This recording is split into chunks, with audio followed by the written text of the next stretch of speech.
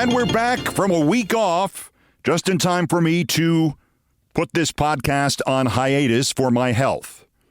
Yes, it was a bit of a dodge. I took the week off so I could go see some doctors. I'm okay. There's nothing life-threatening.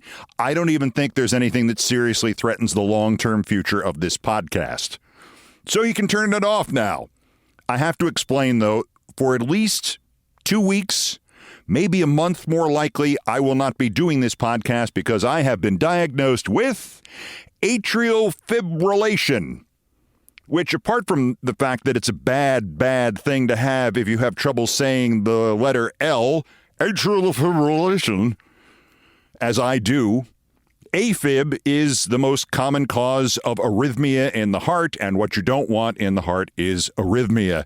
You like it to go thump, thump, thump, thump, thump, thump, and mine is making a sound, sometimes anyway, much more close to some jazz drummer going nuts with the cymbals and just making this kind of sound in the background. This came up somewhat suddenly. In retrospect, it's clear I've had many of the symptoms for a long time, possibly years, but there never was anything debilitating. And then during my physical, 3 weeks ago now, I guess it is, my GP, who is a cardiologist and a good one, was talking about how great my heart looked and how young it looked for an old guy like me. And then he said, and it's just for, wait a minute, 2 words or 3 words you don't want to hear in the middle of an exam. Wait a minute. And it's AFib. So we are now exploring the non-intervention kind of treatments for it, one of which involves reducing stress. And no offense to you, you're the best part of this podcast, but the topic matter is, for me, like juggling flaming chainsaws. It's nothing but stress. What's alarming, and what I now see may be, in fact, a symptom of this AFib, is the fact that the whole process of producing this, which normally I should be able to do in my sleep, because other than the improvement in the quality of the equipment, doing this is basically what I used to do in college radio with razor blades standing up. This is actually, should be a simple process. There's only 2 of them a week. They're limited deadlines, and yet the whole thing seems daunting sometimes. So this is probably, in fact, the AFib, because this sense of being exhausted and not having energy and being artificially fearful or anxious about things, these are all symptoms of it. I urge you to get checked. If you ever have anything that doesn't seem right about your heart, get it checked anyway. I mean, that's a standard rule. But look particularly for this AFib thing, because it can be treated in many different ways. The first of which is they give you medication that ensures that you will not have a stroke, because that's one of the great fears. If your heartbeat is not going in the right way, your blood can coagulate in and around your heart and cause a clot, which could cause a stroke, and then you're in trouble. As my cardiologist said 25 years ago, when he would find this in somebody, the next thing would be to put them in a cab over to a major medical center where they'd have to stay at least a night. Now, he says, I give you this box of pills, I stick this monitor on your chest, and you don't even have to take the pills for another 4 or 5 hours. So we're still in the pills stage, and I'm feeling a little bit better, actually. And then we go to the more invasive things, which include, one of the treatments includes, probably the best treatment for an irregular heartbeat involves a mild shock to the heart to reset the rhythm and encourage the heart to go back to thump, thump, bum, bum, bum, bum, lub, dub, lub, dub. You know the rest. Now, perhaps like you, or certainly like me, when I hear shock to the heart, I think, clear! So what I wanted to do here was to do some headlines of the day, and also I have a great story about my dog Ted and his heart problems, which I have been keeping from you because I wanted to wait till there was an established story there, and it's a story. I'll save that for last. And I want to talk about my first TV boss of bosses, the late Ted Turner, and how basically what you see in TV, everything, including ESPN, Ted Turner created that, although he did not directly create it. But I wanted to do, since, the possibility is they're going to hit my heart with electricity. Are you sure this is a good idea? since they're going to do something like that or keep me on these medications for a long time, I wanted to go big picture here first. Just in case I don't resume this podcast in a month or less or whatever. Or I get so well and feel so good that I say, to hell with it, I'm not resuming this podcast. I wanted to just talk big picture for a change. Not the day's headlines, but the big implications, the sort of things people leave out of this commentary world because we're so occupied with these trees in front of us and the forests are full of nightmares. Besides being insane and capable of just the one emotion, what can I get away with? Besides being lost in Iran, and we are lucky that Iran has not already invaded Washington and taken over. I guess we're lucky. We have to remember something that is becoming increasingly evident but is not being said aloud. Donald Trump is Boss Tweed. Boss Tweed is a man who, in today money, probably stole several $billion from the city of New York in the 1860s, when there were no taxes. He was the all-time financial crook, and Trump, I think, is going to exceed him. Also, whether he knows it or not, Trump is reducing us to a second-rate power, threatening democracy here and around the world, as you know, elevating China, and trying to, although I don't think there's enough left in Russia to really make them a world power again, elevating Russia, or at least Putin has managed to manipulate Trump for whatever reason and by whatever means. Those things, P-tapes and everything else, that's almost incidental, I'm sorry to say, for those of you who, like me, just giggle over this because you're 13. The fact about Russia is that Putin has successfully and continues to successfully manipulate Trump into doing things that stave off, a Russia that looks like 1905 with mass starvation. I believe truly still, I am still somewhat hopeful. I am not willing to say, to hell with this America thing. I'm not there yet. I am still willing to believe that it will someday be illegal to use Trump's name anywhere or to say it out loud unless it is preceded by popular Anglo-Saxon epithets. The way it was basically illegal to use Hitler's name in Germany in the recent past, for like the 30 years after the Second World War. I still think we are going to wind up there. I also still think this all ends with one of them, one of the Trumps or one of his lackeys in the cabinet, accidentally electrocuting everybody at a cabinet meeting. Every day, I have a different favorite as to who's likeliest to do that. I think with the revelations about Kash Patel and his pictures of his bourbon with his name on it, his own branded bourbon, that it's not enough that he was accused of drinking bourbon more or less by IV drip by the Atlantic, I guess it was, and then he threatened to sue, and then he started to investigate the leaks, and then they came back with the next story, which was he wasn't just drinking bourbon, he was drinking bourbon out of bottles with his name on it that he gave out as gifts. If that were not bad enough, this is where we are. You've heard of this character Mark Burns, big fat guy who goes by the nickname Pastor? I thought for a long time he was a pastor. Pastor Mark Burns is how he identifies himself. In fact, it's a nickname because I'm confident that I have read much more of the Bible than he has, and it's not on my top 100 reading list. He wrote the other day that he went to Trump National Doral in Miami, big words for a crappy golf course, and he made history. He led the dedication event for President Donald J. Trump and the unveiling, he wrote, of the 22-foot statue created in his honor. If you have not seen it, it's a giant statue of Trump, 22 feet high, at a golf course, and it is the color of urine. Big picture here, I think it's time to look at this and stop saying he makes everything look like gold or he puts gold on the wall. Call it what it is. Donald Trump recognizes only one color. It's the color of piss. It symbolizes him. It is his life's work. The color of urine.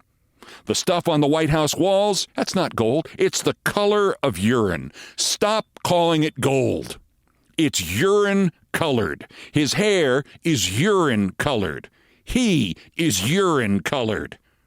He's President Donald Urine Trump. The more we get that point across, the better we will all be. But back to Mark, quote, Pastor Burns. Now, you might think that a statue, 22 feet high, gold, of a living being that they all stand around and talk about how much it's history and how deeply honored they are and dedicated, and all of these religious leaders were there. You might think that was, what's that story in the Bible again? The golden calf. Worshiping the golden calf. No, Mark has reassurance for you. Let me say this plainly. He said, this is not a golden calf. We worship the Lord Jesus Christ and him alone. The statue is not about worship. It is about honor. Mark, bullshit. It's a golden calf. You're worshiping a false idol. I don't care much about the rules of your religion, whatever it is. Apparently you are in Scientology. But honestly, you would think by now that any deity supervising any religion that we've heard of or haven't heard of would have already thrown a bolt Mark's way and said, hey, something of an irony here about your name being Burns. So we have Patel brand bourbon and a giant 22-foot-tall golden calf statue of Donald Trump, and it's urine-colored. Those are the big picture issues on the MAGA side of this. But more seriously, I'd like to mention here, just in case this is the last one, and perhaps when I resume, and I'm using when I resume these, I can pick up on some of these individually because I think they're actually quite interesting. And they're the kind of things you think of when somebody says, yeah, it's fine, we're just going to throw some electricity through your heart. Zzz, zzz, zzz. How does that feel? The leading threat to democracy in this country right now is not Donald Trump. He is obviously the precipitant for all of this, but the leading threat is a small-time Democratic Party worldview. To quote the late John Candy in the movie Splash with my friend Tom Hanks, think big, be big, my friend. Right now, the big ideas on the left are, Gavin Newsom's going to write mean tweets. Or should this candidate go on Joe Rogan's podcast? These are not big thoughts. These are thoughts you have on the way home from work while you're going to go out and get drunk on Patel brand bourbon. Think big, be big. We need a party that is thinking in terms of what this country will look like if it still exists 50 years from now, and what we can do to save democracy, not just now, but after we defeat Trump and MAGA in this fall and in 2028 and in 2032, and they have not gone away. Because the biggest problem of the last 15 years was, and I understand why he did it, but Joe Biden and everybody at that stage of the liberal side of the equation of politics in this country who viewed the election of 2020 and the successful inauguration after Trump led a coup attempt in 2021, who viewed that as some sort of thing that merited the two-word phrase, the end. Like I said when Obama was elected, and everybody said, oh, we can take a breath. I went, are you crazy? You think these people are going to go away now? They're angrier than they were. They have been thwarted. They are 3-year-old children, and you took away their dream of killing you. So let's think big and be big, and some of these things will never happen, but if we don't start thinking about how to achieve them, we will not also come up with other ideas about how to achieve lesser doable things, and maybe just pull off some of these things. Like, the most important thing we could do to preserve this country going forward is eliminate senatorial ballots. There is no reason anymore on God's green earth for Wyoming to have as many senators as New York. I don't know what the actual formula needs to be, but there should not be as many votes in Oklahoma as in California. Not in the Senate, not in the House. We recognize the wisdom of it in the House. People vote, not empty land. I like empty land. I like bison, as I will discuss later with Ted Turner. about Ted Turner. He's not my guest, obviously. But we can't keep this going much longer. Eventually, we will be ruled by a minority of 15% of the population. Here's something else that we should work towards. You want to reform voting in this country? Well, it's very simple. You want everybody to be registered and ID'd? Okay, we'll do that with this caveat. You get automatic registration at birth or naturalization or, I don't know, when you register your car or get a license or all these other things. So they say we have to show an ID to get a license or to buy a loaf of bread, even though nobody's ever had to show a loaf of bread or to get an ID or show an ID to get a loaf of bread. I don't know where that one came from. They keep saying this. You can't buy a pizza with an ID. Where are you buying your pizzas? Moscow? Maybe they are. Automatic registration to vote when you are born. When they take the baby's toe prints and they say 18 years from now, this baby's eligible to vote. Done. And by the way, mandatory voting. I've been pushing this for 30 years, longer than that. They have it in Australia, and if you don't vote, you get fined. We could do it the other way since it's America. We could reward people with $50 off your income tax if you can prove you voted. We have to eliminate the Electoral College. That's obvious. And that's not a project that's going to take the storm or take the entire campaign world by storm in the midterms or in 2028. I don't think we're going to get that done in the next 50 years. But why are we not thinking long term about this? Ideas of immediate concern and consequence can be done if there is some measure of bold leadership. You saw the Virginia Supreme Court throw out redistricting there after it was voted on. The voters of the state approved it. The Supreme Court disapproved it. Well, the Supreme Court apparently did not know that there is absolute control of the mandatory retirement age for judges in Virginia given to the state legislatures. If you changed it today to 53, all of the members of the Virginia Supreme Court would have to retire 2 weeks from now.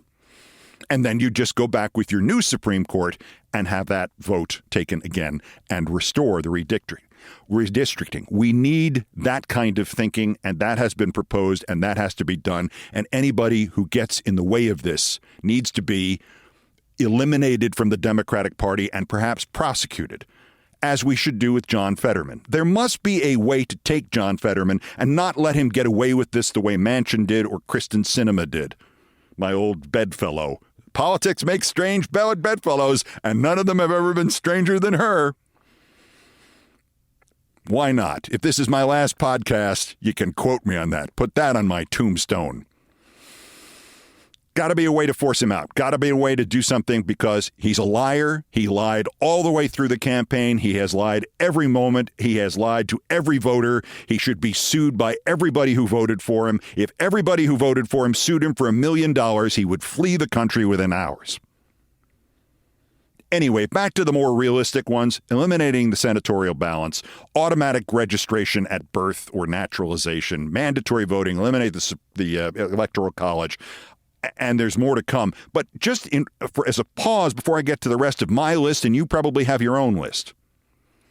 Project 2025 was a crazy wish list. But the fascists had the vision that they would someday change everything. They started to create things on that list when Barry Goldwater led that party.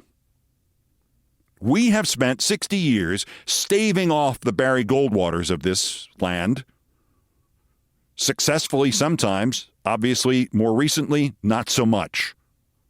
We have been staving them off. They have been planning to unroll abortion rights, women's rights, voting rights, everything that we call America, everything that has changed since the New Deal. They're still angry about FDR, and they are finally doing something about it. And the actual anger that has motivated them and Trump and the support for Trump dates to 1932 and the election of 1932, when a good man named Herbert Hoover was garroted by this Class traitor, FDR. The anger has been building there for more than 9 decades. And what do we get? We get moderates. We get, is Gavin Newsom going on Joe Rogan's podcast? I don't know. Let's have a conference about it. Think big, be big, my friend. Commit to the prosecution and the restitution demands of the Trump family and his family of crooks and inside traders for all the money they've stolen. Commit to removing tax breaks for churches that are now just political organizations or fronts for political organizations dressed up in clerical robes that they bought on eBay. Pastor Mark Burns. He's worshiping a golden calf, but because he says it's not a golden calf, they all go, oh, it's okay, it's fine, God wants Trump. That's not God you're talking to. The red tail should have been a hint. Commit to investigating and prosecuting the foreign bankrolling of conservative influencers and organizations like CPAC. You have an admission from the new rulers of Hungary. The new leader, Peter Magyar, says, oh, by the way, we've been bankrolling CPAC.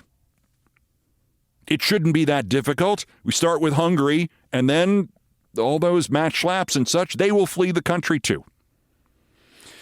Obviously, there's so much to do at the Supreme Court. We need 91 Supreme Court justices. We need to eliminate lifetime membership on SCOTUS. Perhaps we want to go even bigger than that and think about the president nominates 10 candidates, the Senate nominates 4 candidates, and you put them in a bubble machine. You put them in a plastic ping pong ball machine like the National Hockey League draft lottery, and one of them becomes the Supreme Court justice. Take a little of the politics out of it. The only way we can do it now, which is by random chance, although somebody would try to fix the lottery. I'm not saying the National Hockey League lottery was fixed, but just because they keep letting the bad teams making bad choices have the number one draft choice because they're in the big markets, okay, never mind. Commit to prosecuting Scalia and Clarence Thomas for the corruption we've detailed here and has been detailed in 1,000 places. And commit to candidates, Democratic leaders, people who want to be president in 2029, need to commit now to prosecuting Barrett and Kavanaugh and Gorsuch for lying to the Senate during their confirmation about Roe v. Wade. They lied. Think big, be big. Make homeschooling illegal. I mean, I know perhaps it's more convenient for some of you, but I mean, if you want to teach your kids how to live your life and do that's fine, but get them out of the house so they can meet people who are not identical to you and them. When states put in racist AP history classes like the one Florida announced in the last week, like the entire program in Oklahoma, we need candidates who will say, by the way, we're not going to let you use those for college credit outside of your own states. Does your son want to go to Yale, SUNY Purchase,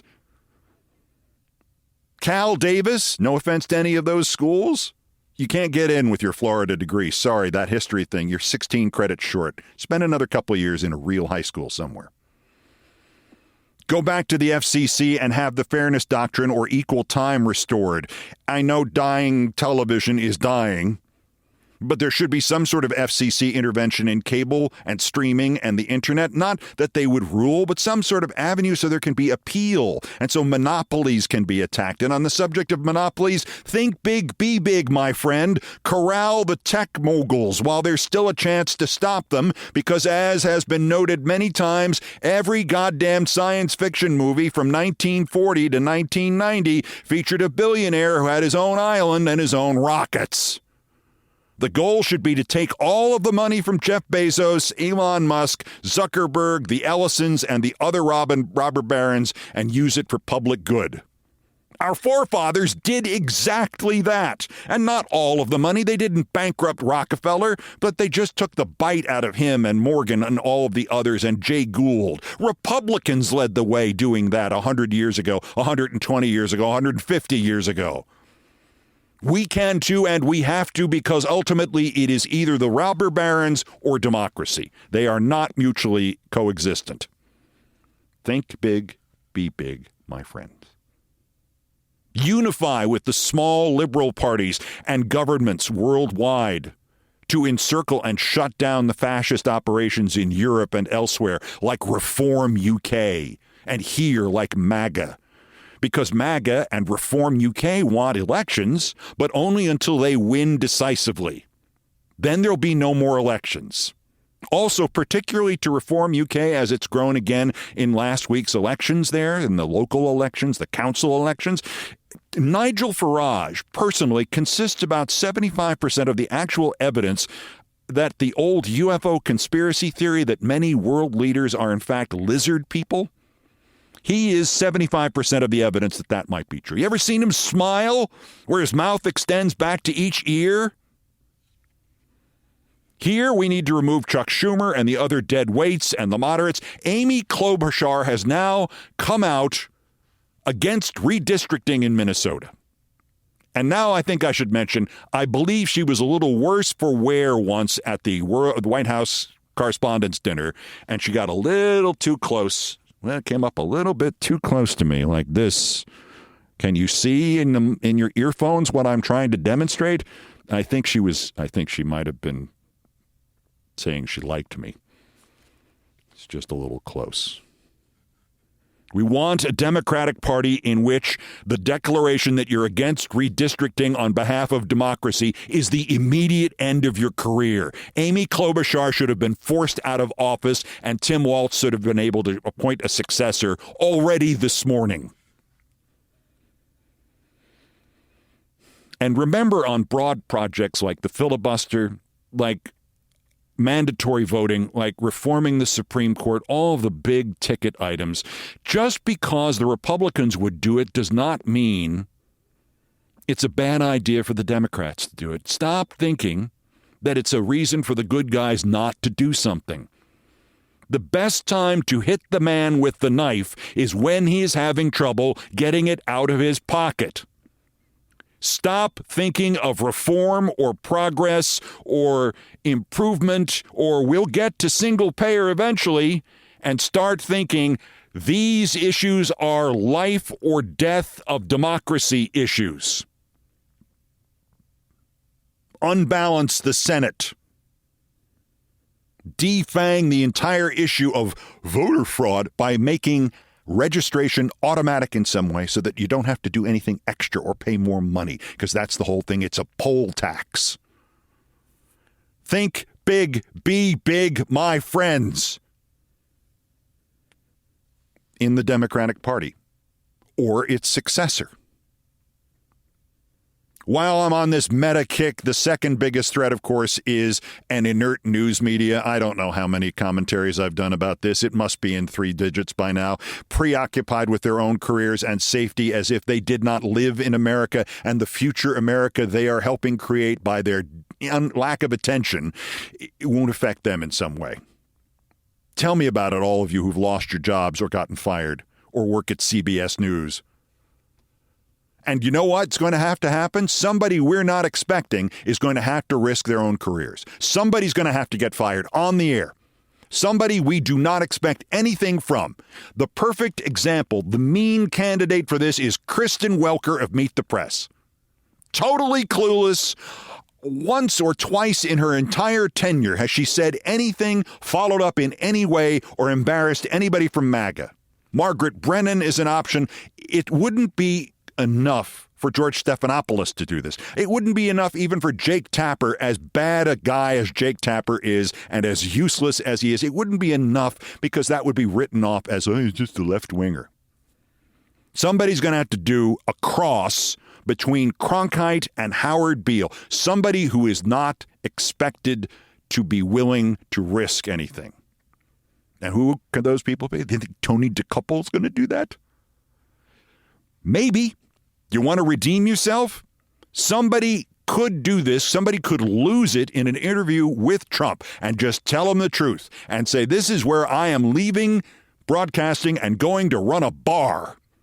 And I mean lose it. Tell him the truth. Tell him he's crazy. Tell him he's losing in Iran. Tell him he's not popular. Tell him he's lying. Tell him he's insane. Tell him he smells like crap. Tell him his hair is the color of urine. Go ahead, Tony. Show me you're actually made of something. The Hollywood Reporter recently put out its most powerful list of people in New York media. Rebecca Blumenstein, Cesar Conde, who runs NBC News, although I don't think they've seen him there in about 2 years, Jerry Cardinale, Jeff Zucker, Joanna Coles, Anderson Cooper, Barry Diller, Meredith Kopit-Levian, Kara Swisher. Somebody please explain to me what it is she's supposed to be doing. David Haskell, Alman Karamedovic, John Kelly, Rebecca Cutler, who apparently runs MSNBC, Rachel Maddow, who actually runs MSNBC, Emma Tucker, Andrew Ross Sorkin, who's the one who sits there and goes, oh, Joe Kernan, I don't think you're right about that. That's power. And Emily Sundberg. Any names I just mentioned to you there strike you as somebody who'd risk $20 to save the democracy, let alone $20 million? Rebecca Blumenstein, or Stein, is the head of NBC News editorial. Still, the last time we heard from her was when she was one of the people who tried to bring in Ronna Romney McDaniel as a commentator on NBC and MSNBC. Did she get fired for that fiasco? She did not. What has she been doing since? She has been running the editorial content on NBC News, so she is Kristen Welker's boss. And what has she really been doing? She's been writing a book about her days at the New York Times. She is the head, essentially, of NBC News, and she's not writing memos about how to save democracy through good journalism. She's writing a book, and it's not even about NBC News. It's about her days, the good old days at the New York Times. She's everything that's wrong with media. I never met her. Politico put it this way: the idea of bringing the Trump flunky into NBC News began with negotiations for the NBC coverage of a Republican debate, and I'm quoting Politico, Through that process, McDaniel built a good rapport with Budoff Brown and Blumenstein. McDaniel left the RNC, signed on with the CAA talent agency, and went looking for a TV contract. While McDaniel had talks with other networks, she was trying to avoid working for CNN, but had serious discussions with ABC. NBC always had the inside track. Quote, Ronna had a good experience with Carrie and Rebecca and felt more comfortable than with some of the other networks, a person close to McDaniel said. Log rolling, I believe is the term. All that conversation was about putting Ronna McDaniel on NBC News was trying to advance her career and the career of those at NBC News who were going to put her on. And that's what television news is, and most of news still is. Hey, the country's on fire. Yeah, but I made another $20,000. I am encouraged about the new bosses at Disney suing the FCC and Brendan Carr, and by inference Trump, over the chilling effect and their attempts to quash the First Amendment. And in so doing, they quoted then D.C. Circuit Judge Brett Kavanaugh, who wrote in 2017 that the government could not, quote, tell Amazon or Politics and Prose what books to promote, or tell the Washington Post or the Drudge Report what columns to carry, or tell ESPN or the NFL Network what games to show, or tell How Appealing or Bench Memos what articles to feature, or tell Twitter or YouTube what videos to post, or tell Facebook or Google what content to favor. Brett Kavanaugh, 2017. And, of course, the Trump administrations have tried to do everything Kavanaugh said they could not do. On the other hand, disabuse yourself of the notion that Brett Kavanaugh would say again what he said in 2017, now on the Supreme Court, or even remember that he said it, or remember what he said last week. Hey, you got any of that, where's Kash Patel and the free stuff? People betray themselves and us on a daily basis in this country. That's where we are. Especially betraying themselves. After this thing about ABC and Disney suing the FCC, the newsletter Status turned for comment to Floyd Abrams.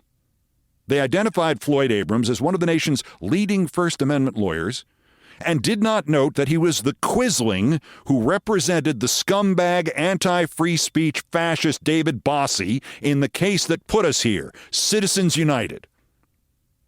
Floyd Abrams, First Amendment champion, until Citizens United, which killed the First Amendment. Thank you, Floyd. As we have seen in the last year especially, to quote John Huston's character in Chinatown, explaining to Jack Nicholson's character how he, Houston's character, raped his own daughter. Quote, "Most people never have to face the fact that at the right time and the right place, they're capable of anything."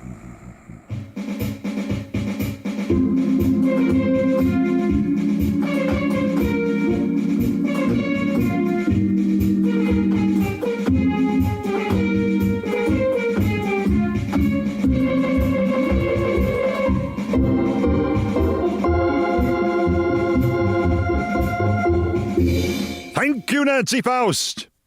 Yeah, this is not the final countdown, but Nancy never recorded a song called "This Is Not the Final Countdown," so I had to take what I had. Thank you, Nancy Faust. It's probably the only song she never did record. Is there a song called that? Let's run some headlines before the break. Hakeem Jeffries is apparently panicking over that Virginia idea that I mentioned, the forced retirement of the entire Supreme Court and doing the whole thing over again, rather than pulling the emergency switch. The Times, during a private discussion on Saturday that included Democratic House members from Virginia and Representative Hakeem Jeffries of New York, the minority leader, the most dramatic idea they discussed, which would involve an unusual gambit to replace the entire state Supreme Court with the goal of reinstating their gerrymandered map, drew mixed reactions on the call, said the People. Who were the other people on the call? Stephen Miller and effing Trump? And it was not clear that it would be even viable or palatable to Governor Abigail Spanberger and Democrats in the Virginia General Assembly. A warning here to the governor and the members of the Virginia General Assembly. Get your asses in gear and save your state, or be prepared to be expelled from this country. Governor Spanberger, who the Times was nice enough to identify as Ms. Spanberger, nice sexism. I didn't even use that against her, and I'm really pissed at her. Spanberger would have to sign off on any legislation, the Times wrote, that lowered the judicial retirement age. She has not been briefed on the proposal. The people involved in the discussion or briefed on it said. Well, why hasn't she been? She was in the House, Hakeem. You should have met Abigail at some point, or as the Times referred to her, Ms. Spanberger, the governor of Virginia, Times. Condescending MFing bastards. Do it. Do it now. Do it before I finish this sentence. We don't have a lot of time left, and your state map is vital to the nation. I don't give a crap about Virginia in the grand scheme of things. We're talking about whether it's going to be Republican-owned for the next 200 years. Get off your ass, governor and minority leader, while you are still minority leader. Trump again on Iran. The latest, Iran's response to his latest bullshit proposal to not end his bullshit war is, according to him, unacceptable. Bullshit. Anybody notice he just rotates the lies? Every day, Trump says, A, he won in Iran. Him personally, he won. The next day, he says, B, he may start blowing them to hell. The day after that, he says, C, peace is close and Iran is begging, sir, please, we have tears in our eyes. Can we have a deal, sir? Please, sir, I want some more. And our media, from Fox News to the New York Times, the whole gamut, nods to this like a row of bobblehead dolls on a giveaway day at a ballpark. Can't you see it? It's a Monday, Tuesday, Wednesday thing. He says the same thing in the same order. It should be obvious to fourth graders. I would rather have fourth graders populating the news organizations of this country right now. This is the one true thing that I worry about sometimes in my moment of absolute egotism. There is the possibility that this podcast is one of the top 2 or 3 news sources in America, not because it's particularly good or because I do it, but because everything else sucks. On the newest Iranian response, Trump, I have just read the response from Iran's so-called representatives. I don't like it. Totally unacceptable. Well, F, Trump, we don't like you, and yet somehow you're still here, urine hair.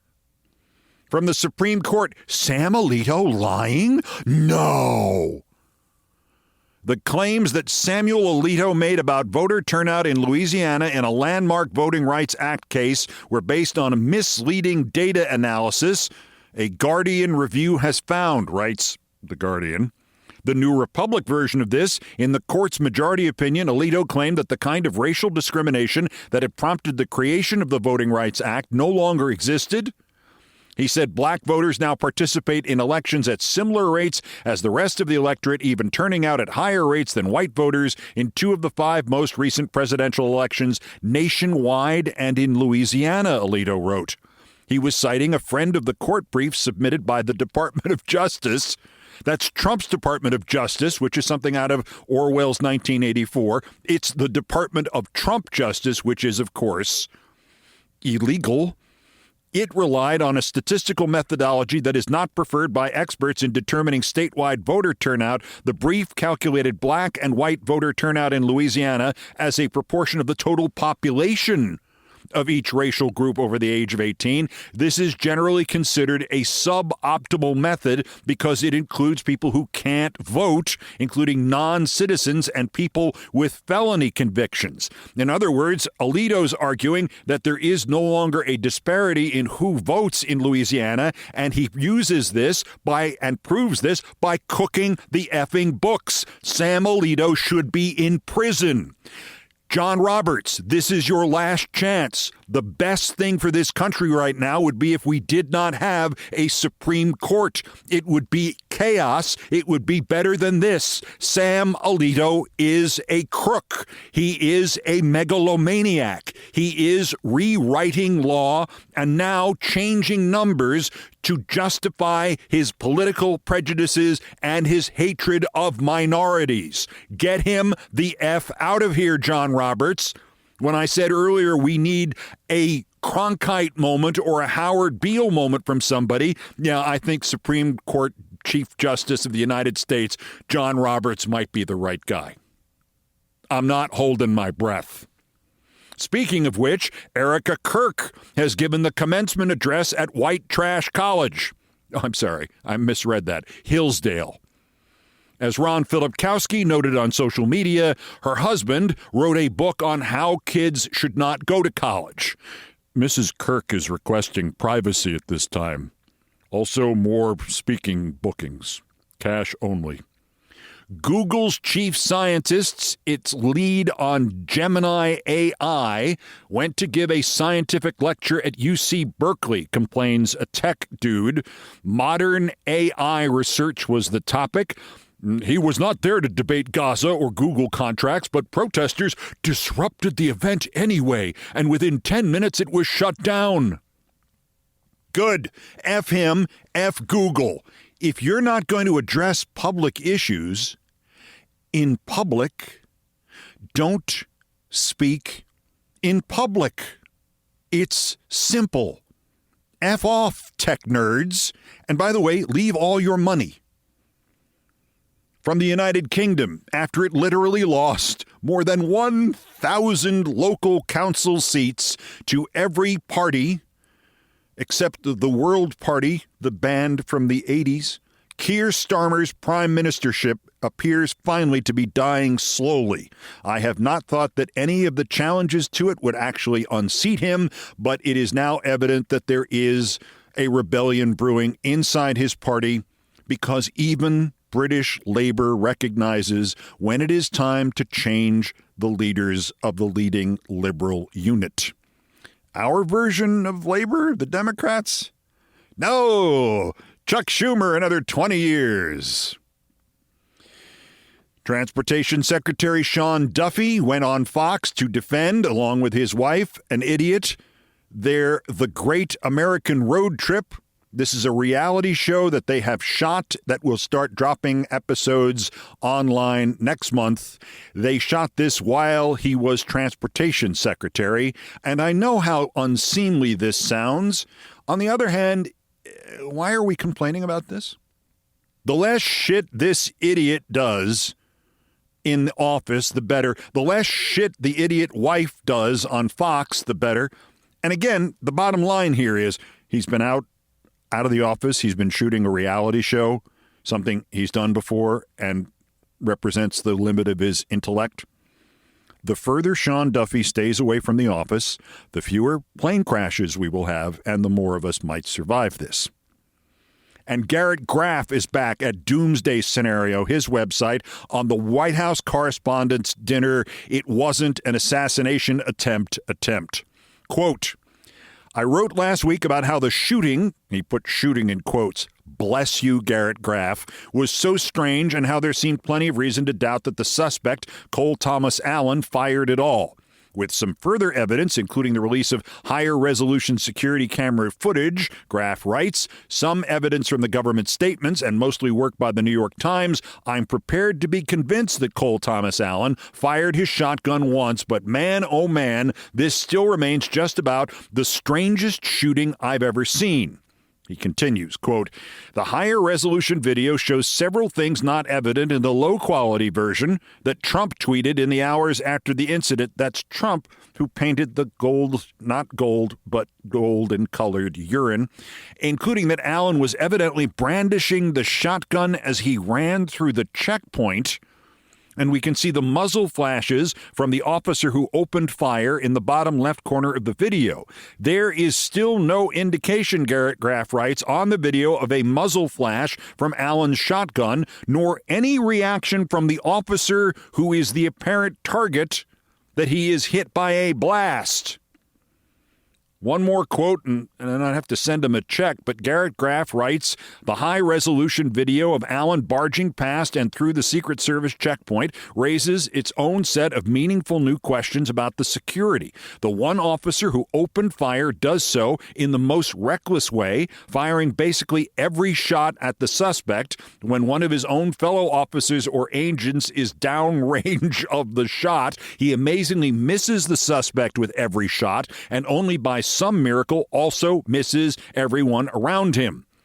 This, Mr. Graff concludes, could have been a mass shooting event from blue-on-blue fire of the Secret Service officer alone. Garrett Graff. Doomsday Scenario is his site. It's a great subscription. It's worth it. Are our intrepid reporters in the mainstream taking note, just reading this the way I did, perhaps? Yesterday, the New York Times put a 31-paragraph piece out about the White House Correspondents' Dinner and the aftermath of the so-called shooting, so-called assassination attempt. And the 31 paragraphs are entirely devoted to whether or not they should still have the dinner. Nothing about the discrepancies in the video that this man and his laptop were able to perceive. The New York effing Times. Thank you, Garrett Graff. You have tried. I appreciate you. But generally speaking, we're effed. Okay, 2 more segments before hiatus, and I am not shortchanging you with this episode, am I? This might last you until I return. The rest of this episode is all Ted all the time. The real story of Ted Turner's triumph over intense suicidal impulses that he talked about with us, the lowest level CNN staffers, 45 years ago, and who helped him through it. And the amazing recovery of another Ted, my first rescue dog, Ted, the producer of this show, who I can now tell you in December had 8 hours of open heart surgery, and he was on a heart-lung machine.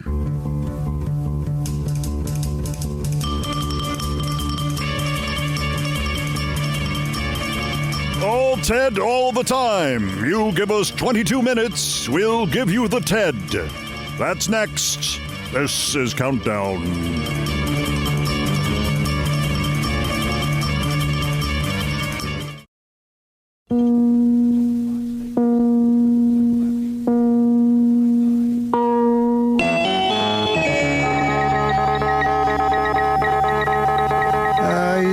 This is Countdown with, Keith Olbermann.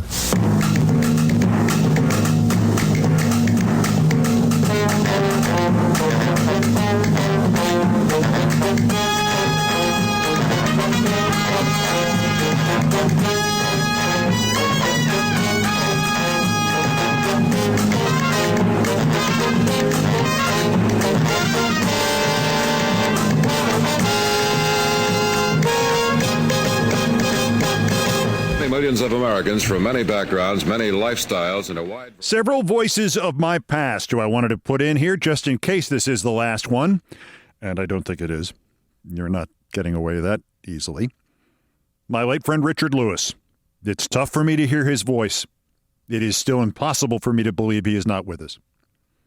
So, in a sense, there he is, introducing Countdown with the theme from the CBS Evening News on radio, introducing him, followed48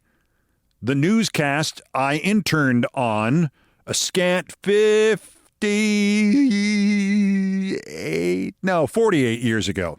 It's not 58 yet. Hopefully it'll be 58 eventually. The Channel 5 10 o'clock news with Bill Jorgensen in the summer of 1978. I've told that story and the story of the fabulous and gritty and highly principled newscaster Bill Jorgensen. And I'm always sorry that Bill Jorgensen did not associate himself or get tied in with in some way somebody else who I wanted to talk about in this episode rather than doing a worst person segment here as I normally do, who passed away in the past week, Ted Turner. Ted Turner put me on television. He didn't do it directly, and given the amount of alcohol he was doing between 1981 when I started with CNN and 1984 when I left CNN, he probably wouldn't have remembered at any point there that I worked for him, although several times we did encounter each other directly. Once, as I have told here, almost resulted in a fist fight. Another time almost resulted in a fire that would have consumed RFK Stadium in Washington. It was an interesting period of time with Ted, and I'd like to pay tribute to him because, if you can imagine this, a man whose passing was covered on networks worldwide as the father of essentially what we have now in television and in video news. So covering the whole gamut from TV to streaming to online stuff to videos on TikTok. I don't think he got his due. 9/10 of what you see on television right now, Ted Turner either started, thought of himself, or inspired. And there are still dozens and dozens of people who you see and you listen to, who he rose or put in a position to rise to prominence in this business. And they are still there. And at a time when I'm at that very sad, maximized window in which all of the role models and all of the key people from my past are gradually slipping away, his is almost indescribably important. And I'm going to read to you something I wrote about him in 2014 and the reaction that got and why particularly Ted's decline.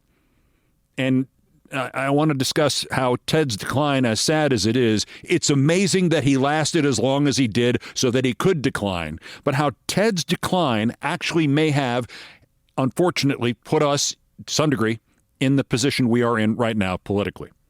As I said, he started my career indirectly. He was running CNN. It was already at the end of its first year, the beginning of its second year, and he'd already made his mark in sports. And people were forgetting that part of it.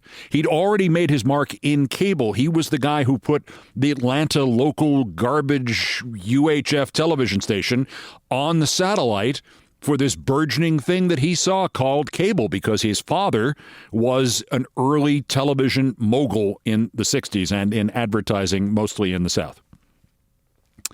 He started my career indirectly because they needed to populate CNN Sports with a wave of people who worked cheap. And then when those people turned out to be really good and got real jobs, the big jobs of the day at Channel 45 in Scranton, which would have paid more than CNN did in 1980, he had to get a second wave of people to go on and do sports and news and all the rest. So one of the interesting truths, and I don't know that it was Ted's idea, it may have been his factotum, the oddly named Ed Turner. It may have been his idea. I never did find out who this was, who thought this up. But the original hiring process at CNN favored married couples who both worked in the business. Was your wife also a newscaster? We'll offer you more for both of you to come down there because obviously the family moving was more likely to stay because they weren't both likely to get another job somewhere else. but they were often getting their first chance to work together, and they filled 2 jobs for the price of 1 move. So the company was populated by people who were married to each other. We had television directors who were married to producers, and we had co-anchors who were married couples. It was quite an adventure. And then there was the second wave of people like me who had just no television experience, but who managed to, after the first day anyway, not knock the camera over. And that was me. I met Ted for the first time at the football talks. The 1982 strike. I have told this story. I walked in and my camera crew and I had won CBS Sports caps from the president of CBS Sports because I asked him a question he had not been asked about the effect of the 1982 National Football League players strike on CBS Sports. And he had said, if you ask me a question I haven't been asked already, his name was Neil Pilson. If you ask me a question I haven't been asked, I give you all. And we thought jobs, and he thought caps. And so we had caps. And I didn't think twice about it, but there comes my camera crew to go interview Ted Turner as he walks into the football strike talks at the Doral Hotel on Lexington Avenue in New York in 1982. And my camera crew is the same one, and they are proudly wearing their CBS Sports caps. And Ted recognizes me as he comes down the long hallway towards the meeting room, and suddenly he sees the camera crew with me and the CNN microphone, and they're wearing CBS Sports caps, and he berated me in front of everybody. He wouldn't answer any questions. He just insulted me, and I thought, I don't like this job, not particularly, and I don't like him doing that to me in public. Maybe I'll just sock him. And instead I had another idea, which was to stick CNN bumper stickers over the CBS Sports caps so that the next time he saw the crew, when the crew came in to take pictures of him meeting with all these football players he was trying to impress, there were CNN Sports caps. And he loved that and vowed to get us all CBS or CNN Sports caps for Christmas, and there they were. And I reminded him as he left, don't forget the caps, and he gave me a dirty look, and then for Christmas he gave us caps. The second time I was at a football game with Ted when he, as I will describe in this piece that I aired in 2014, he managed to have essentially a pickup game of the striking players in front of literally invited guests at RFK Stadium in Washington, and he was so inebriated that, as I said, if he had lit a cigarette, the whole place could have gone up easily. That was Ted's life, and I wanted to emphasize something I heard nowhere else. And I've told the stories about his womanizing. I just told the story the other day about him and the camera person at CNN who he propositioned and who stood up and slapped him at a French restaurant, the French restaurant in Georgetown. And then they tried to make it good with her and gave her a job at the assignment desk, which led to her working in television news as an anchor for 20 or more years. Worked out okay. Nothing untoward happened. The only person who got actually violated in any sense there was Ted getting hit in the face. Not that he would have felt it, because, again, there was so much alcohol involved. But the one thing I did not hear in any of the obituaries of Ted Turner that kind of disappointed me was this truth. Jane Fonda saved his life. There is no other conclusion. Ted Turner was on a suicidal jag. Whether or not he was overtly trying to kill himself with alcohol or just was passively doing it because he didn't want to do it in some other way, I'll leave to your conclusions and the conclusions of his various biographers. But I had one story. I don't think I've ever told it publicly. I've told it privately many times, and it was well known around CNN in 1982. Again, because of that football strike, I spent a lot of time in Washington at the CNN bureau in Georgetown in 82 and to a lesser degree 83. Probably a couple of months old. And Ted was still drinking, and one day, one of our production assistants, runners, couriers, full-time employee, lovely woman named Paula, and I'll just leave her last name out of it. Paula, wonderful, nice, pretty, intelligent. I don't know what happened in her career. I hope it was good. She was just a nice person there, and she was just a friend of mine, and she used to come out on shoots with us to get an idea of how to do that. And that's all it was, and that's all it was going to be, and that's just somebody you worked with. And Paula comes up to me one day, and she's white as a sheet, And Paula was, I don't know, 5'2", 5'3". And Paula was many wonderful things, but imaginative was not one of them. So I never had any doubts that this story was true. Keith, I just got back from picking up Mr. Turner at the airport. And I went, oh boy, here we go. No, it wasn't like that. That's how big his reputation was among the women at CNN already by that point. I didn't have to say what she thought I meant or what I thought she meant. She said, no. We didn't have all the crew cars were out. I had to go use my, and she had like a Simca. She had a car with a square footage of like 40 square feet. There might have been a passenger seat, maybe. And the car, knowing Paula, was full of garbage anyway, and she had to brush it off to get him. She drove to Washington National Airport, she explained. And she picked Paula up, and he didn't care because he was kind of drunk. And they drove back to the hotel, and I think he stayed at the Georgetown Holiday Inn where the rest of us did. I think CNN was usually 50% of the population at that hotel. And it was 90 seconds walk from the bureau, so it made perfect sense. And I think Ted may have stayed there on a quick flying trip through D.C., and Paula went to get him, and she was shivering and white as a sheet. And she said, Keith, I never got to say anything other than, hello, Mr. Turner, this is my car over here. We haven't got the crew car. No, that's not a problem, that little lady. Thank you.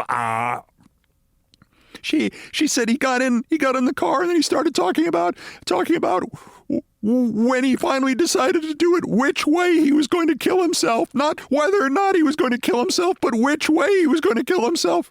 And I went, oh, God. And he said, you can't do what my daddy did. You can't. I'm adding the accent and the whole routine. You can't do what my daddy did and blow your brains out in the toilet, because then you never get the blood out of the grout. You have to redo the whole toilet in the bathroom, and you got to pull out the sinks. And he talked about, apparently, he went through every possibility of ending one's life.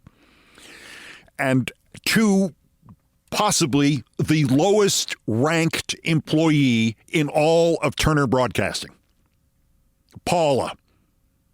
This is how self-destructive Ted Turner was.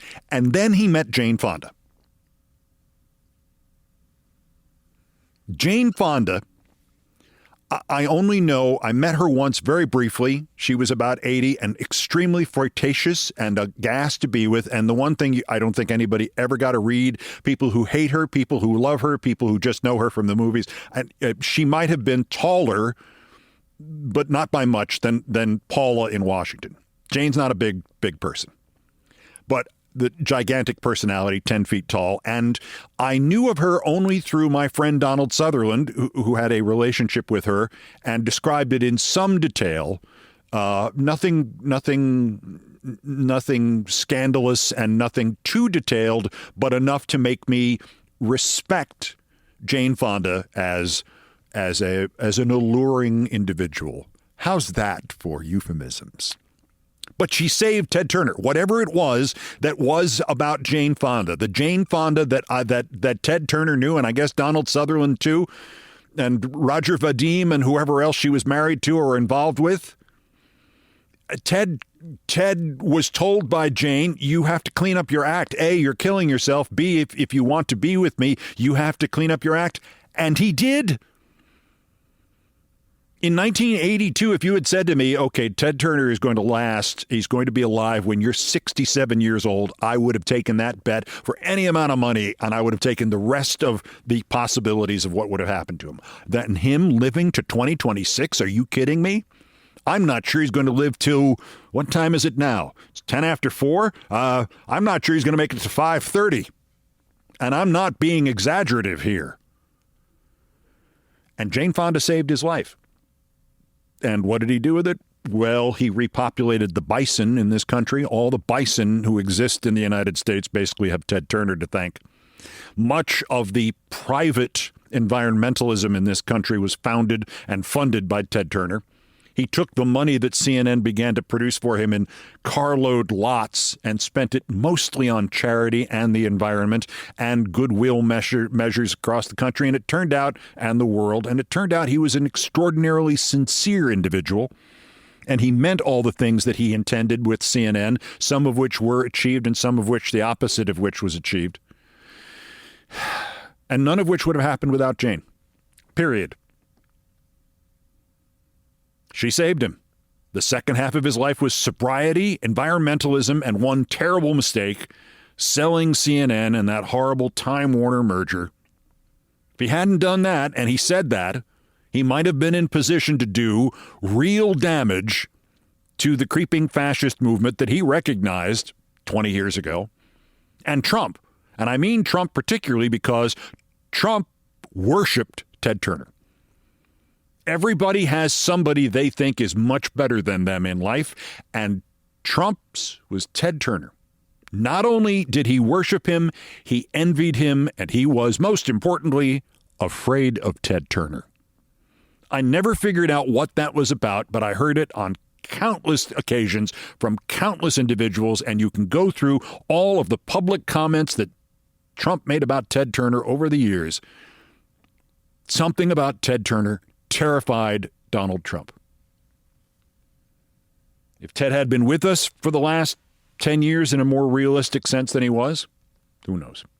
If CNN had been with us in the last 10 years, if CNN had just had Ted Turner's name attached to it directly, rather than this succession of morons who have run it over the years, who knows how life would have been different in this country?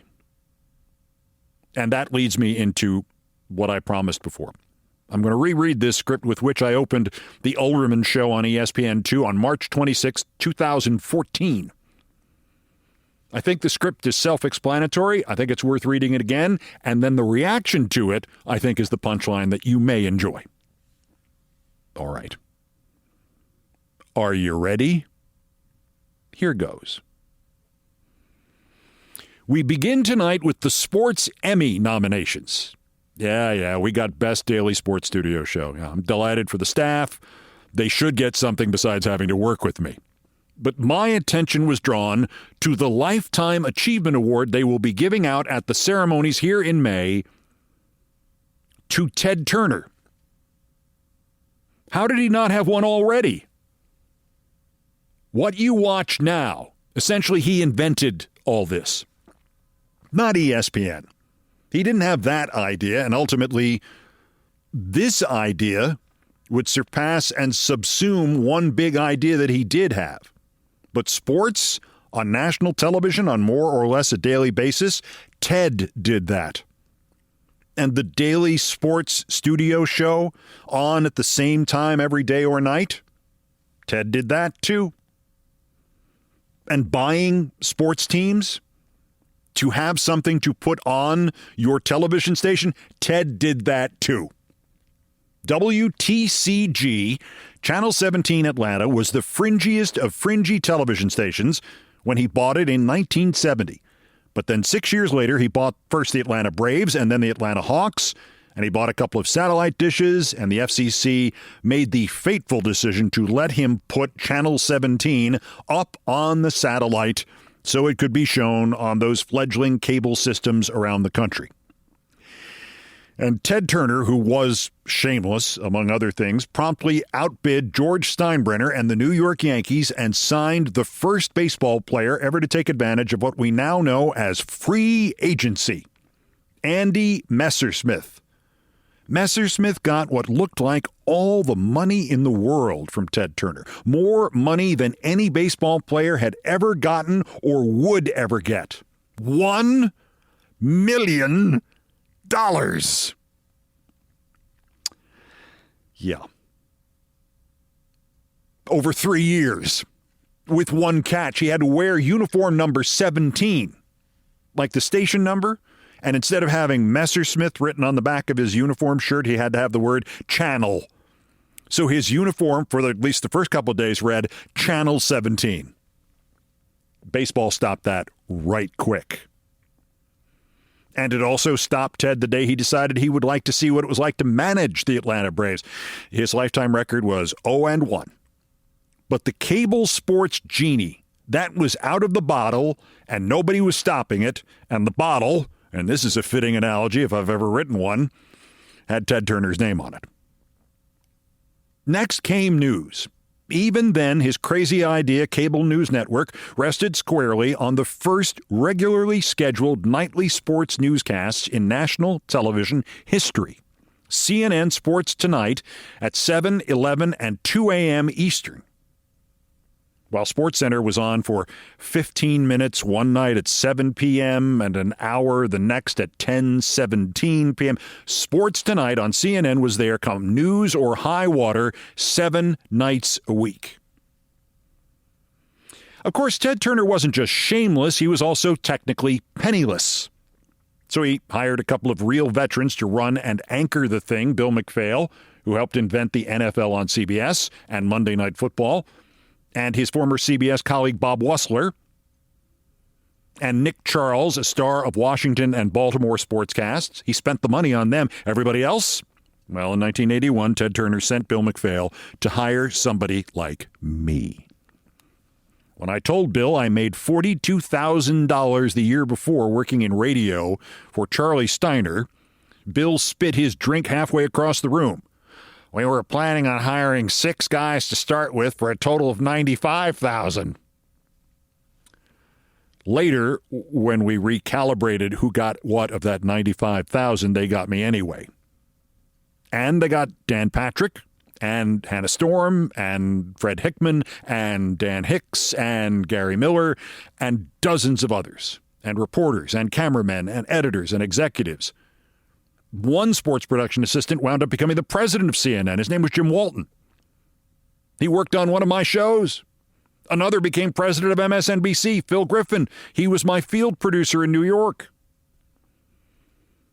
ESPN reshaped television sports, but early on, CNN staffed ESPN and much of the rest of the industry.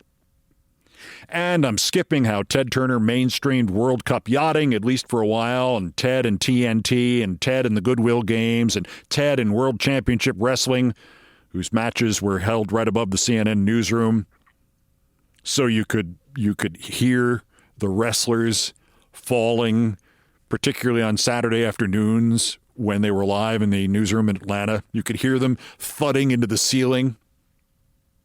And by the way, the Braves winning 14 straight division titles under his ownership and the repopulation of bison in this country. But my favorite Ted Turner story comes from something he did not pull off, not that he didn't try. When the football owners forced the players out on strike in 1982, Ted sent me to cover it every day for 8 months.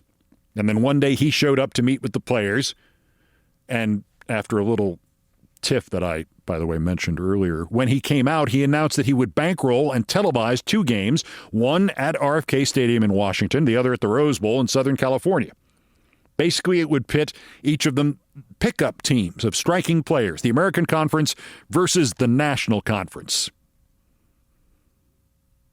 He called it the All-Star Season. All-Star Season. Acronym: All-Star Season. I asked him about the acronym. He winked at me. He shushed me. And then he took me aside and he asked me what I thought of it. And I told him nobody would watch and he would lose money. And he looked at me and he said, "Nobody watches you and I lose money on you. So what?" He then explained that what he was really doing was setting the owners up. If he could put the games together and get them on TV with no more than a month's lead time, the players' union was going to partner up with him. Ted Turner's real motive for the All-Star Season, ASS, was nothing less than creating his own football league, 24 teams, to begin play in this country in 1983 and be televised exclusively on TBS. All he needed was the players going along with him and then a labor court ruling that they would go and get, that the owners had forced the players' union to strike, which would thus allow the union to negotiate with new employers. It's a standard provision of the National Labor Relations Board. Obviously, he didn't get that court ruling. It's still the National Football League as opposed to, welcome to season 44 of Ted Turner's Ass. But Ted was shooting for nothing less than killing the National Football League and replacing it with a new one that he owned all by himself. Ted would have owned football. Technically co-owned it with the players. It would have been pure goddamn socialism. And don't forget, nearly all of this was done on a shoestring budget with borrowed money, with all of us, his employees, convinced he was crazy. And the whole thing wouldn't last till next Tuesday. And when we would get our paychecks, we would race each other to the bank to cash them just in case there wasn't going to be enough for everybody. A Lifetime Achievement Award in sports television, Emmys? Ted Turner has been in the Television Hall of Fame since 1991. A Lifetime Achievement Award? Hell, they ought to give him 2. Couple days later, again, that was March 26, 2014, I got a letter at my home. Very unusual. I didn't give that address out. I got the mail somewhere else. March 28, 2024, Mr. Keith Olbermann, 200 East 69th Street, spelled correctly, I might add, New York, New York, 10021. Dear Keith, your piece on Ted Turner and the Lifetime Achievement Award was fantastic, and you're right when you say he should get 2 of them. Keep up the great work. Keep up the great work is underlined in black Sharpie, boldly with a stroke underneath it. With best wishes, sincerely, Donald J. Trump. And it's signed rather reminiscent of that birthday card to Jeffrey Epstein. It's signed just Donald.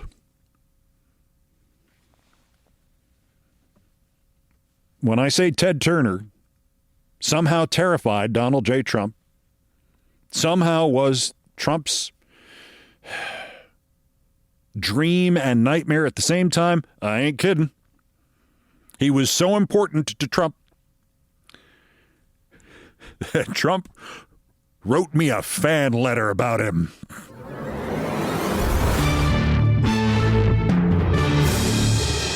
One more edition before we wrap this up and go on the actual hiatus, and it is the story of my dog, Ted. And if you're tired of me talking about dogs, A, screw you, B, you want to hear this one anyway. This is one of the most fantastic things that has ever happened in my life or anybody else's. That's next. This is Countdown.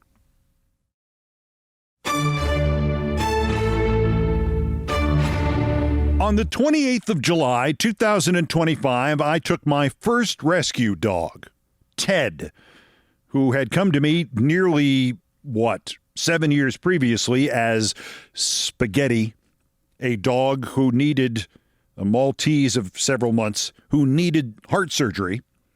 I took him in for a checkup. Ted was supposed to be a foster. I was a perfect foster fail. Ted became part of our little family of mostly dogs and me, who they shared ownership of. And I said to him, I will do anything for you except call you Spaghetti. So Spaghetti, Getty, Teddy, Ted, my dad's name. How perfect. Ted is a wonderful dog. He's about 8 pounds with a personality of about an 800-pound animal. He loves people. He goes hunting for girls in Central Park. He likes to cuddle up next to girls on blankets in Central Park. They all say the same thing. How did you teach him how to do this? And I say, I didn't teach him how to do it. I'm hoping I get to learn it from him. Anyway, Ted was having a checkup for his heart. He had the surgery, and it was brilliantly successful under the guidance of a cardiologist and surgeon at the Animal Medical Center in New York named Dennis Trafney. He came through it with glowing results, so good that they wrote up the results of what they called a ballooning to loosen up a stuck valve inside his heart. They put a thread in through his jugular vein, stopped his heart, pumped this little balloon in his heart to knock the stuffy kind of valve open and closed again and again, like you knock the rust off hinges by continually opening and closing the door. And he was fine ever since. But as often happens, as usually happens with Malteses and with other small dogs, Jack Russells are a common breed for this. King Charles Cavaliers are a common breed for this. He developed mitral valve disease.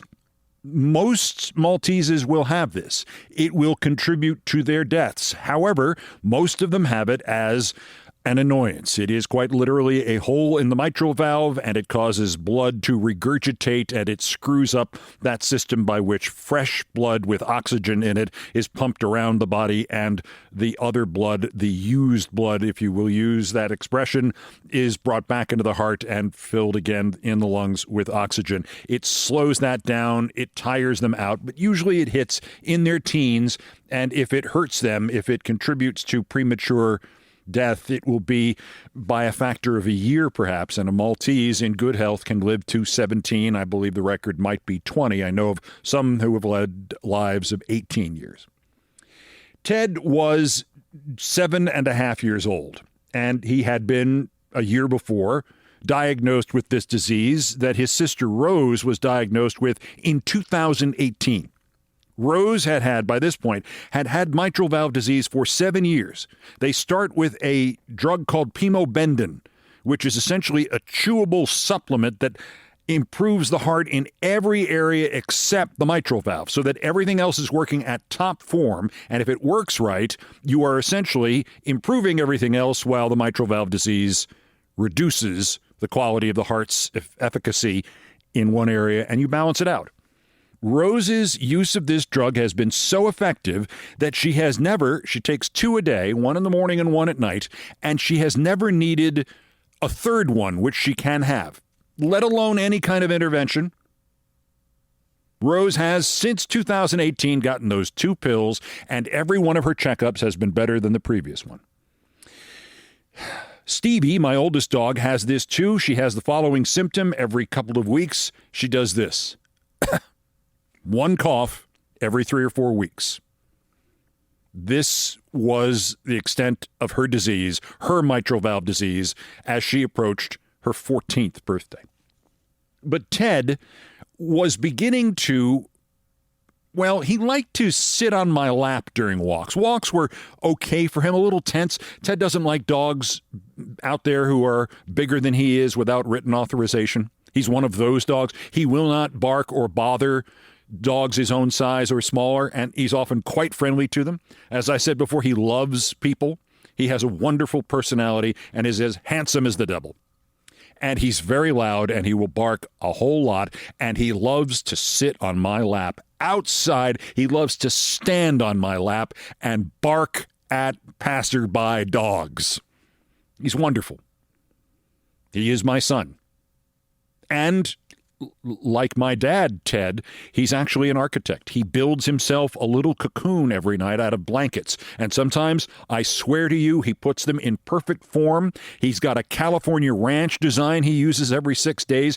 With his head, while grunting and clearly swearing like a stevedore, Ted puts together his home every night on my bed.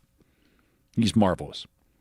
But on these walks, these stops to go and have a sit down on my lap were increasing.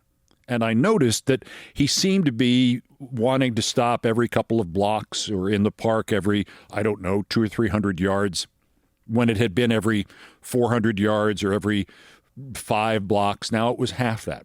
That was the only thing I noticed. No cough, no lack of appetite, no seeming lack of energy, just this one trait. And so the checkup on July 28th, 2025 was just that, a checkup, a biannual checkup.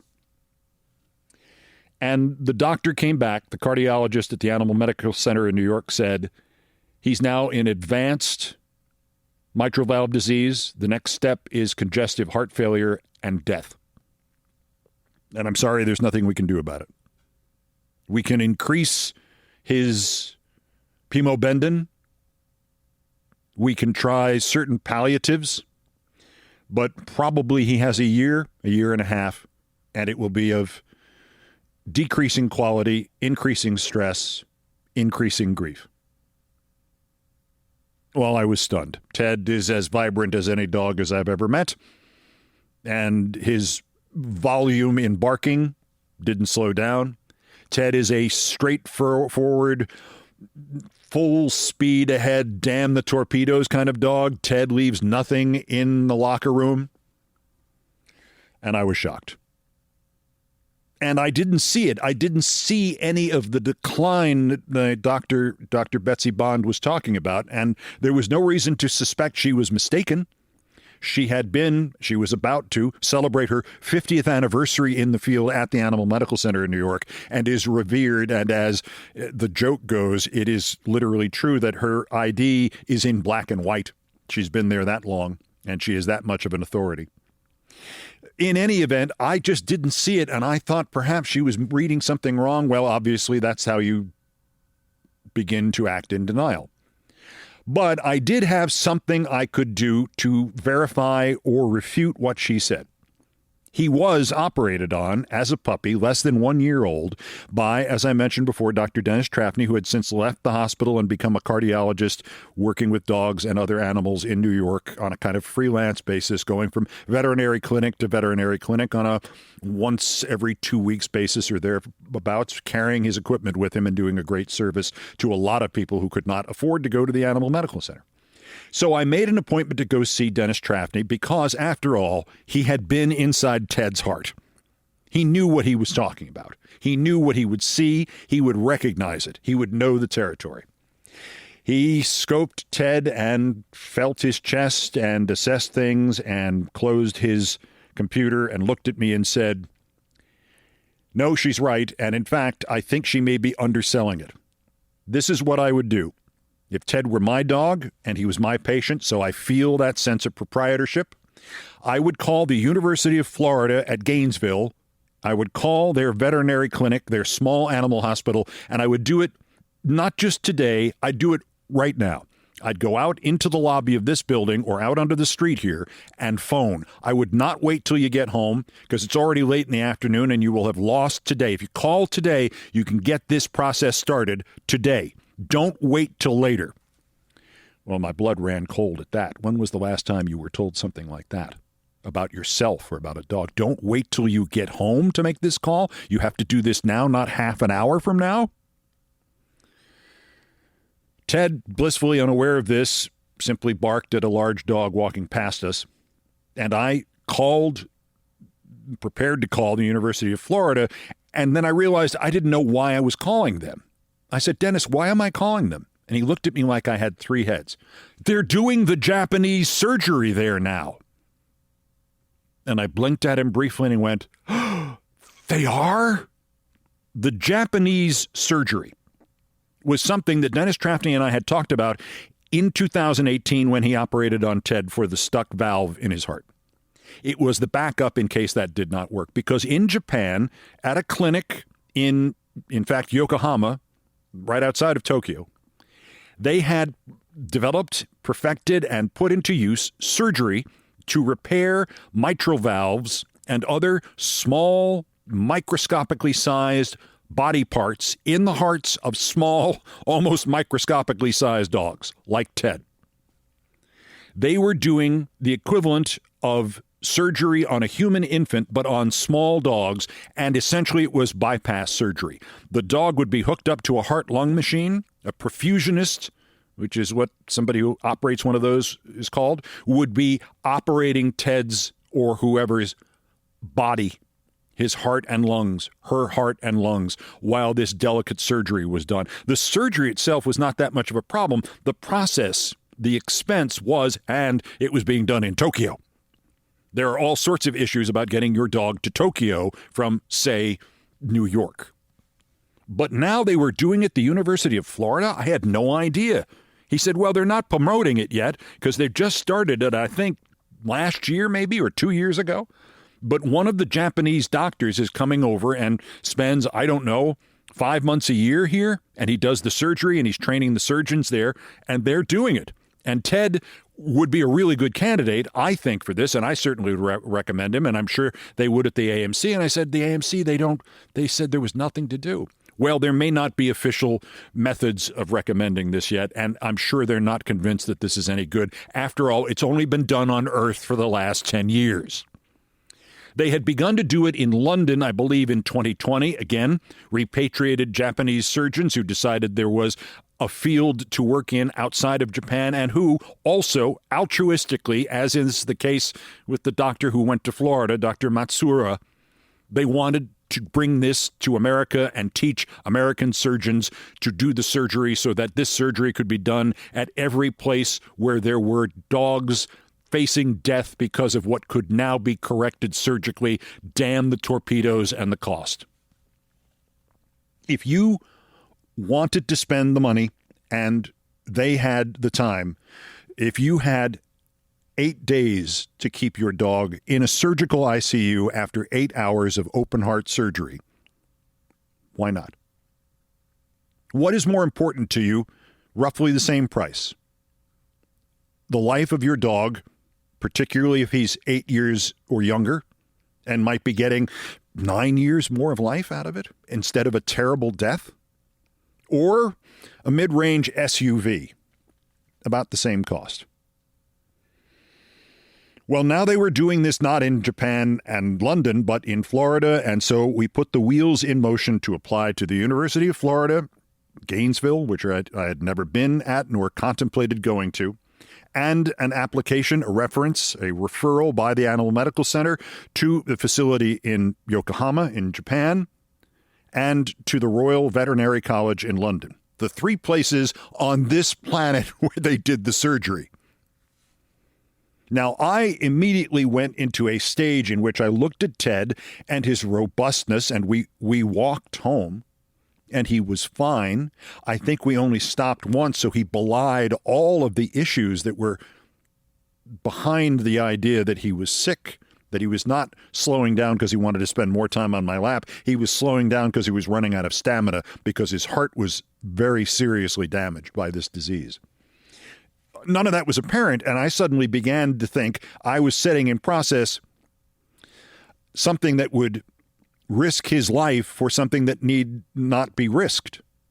In other words, very bluntly, was I going to send him onto an operating table for a very risky procedure that could kill him for a disease that would not kill him? In other words, bluntly again, further on the bluntly scale, was I making the choice to kill him at the age of 7.5? The application proceeded. We had Zoom meetings with the University of Florida, Dr. Matsuura and his fellow, Dr. Greta Chu, and in one memorable Zoom meeting, they scared the hell out of me. This exacerbated my feeling that what if I was doing this for me rather than for him? I mean, I know the death by mitral valve disease for a dog is unpleasant, to say the least. It is essentially an internal smothering. Fluid goes into the lungs. On top of everything else that stops working, now you have fluid in the lungs. There are awful coughs. There are resting breathing rates of 50 breaths a minute while the dog is deeply asleep. A good number for a dog in a minute is 20. 25 is great. 30 is okay. Some dogs in deep sleep with great lungs and great hearts are as low as 15. The dogs who succumb to mitral valve disease, it goes into the 50s. It's a horrible thing. It is literally your dog gasping for breath with no improvement possible. And the disease, as horrible as it is, sometimes sounded like it was better than the way they described this operation because of all the things that could go wrong and all the things you'd have to prepare yourself for. And when I say all the things, they listed 30 or 40 things that could go wrong, and they do that deliberately. The demand for this surgery is extraordinary, and they had just gone to doing 2 of them a week because it is an all-day operation. It requires 3 people who are designated as surgeons. The perfusionist, Dr. Chu, who is the number 2 on this, and Dr. Matsuura, who is, at this rate anyway, here in this country 30 weeks of the year working at the University of Florida. And there can be unbelievable consequences. Usually not on the table. The dog is usually, since he's supported by a heart-lung machine, is usually in good shape throughout the surgery. It is in the hours thereafter that the nightmare can begin, when the body will not restart, that it's been through so much, that it's been through so much damage because of the mitral valve disease, that simply 8 hours of open heart surgery on an 8-pound dog is a terrible ratio.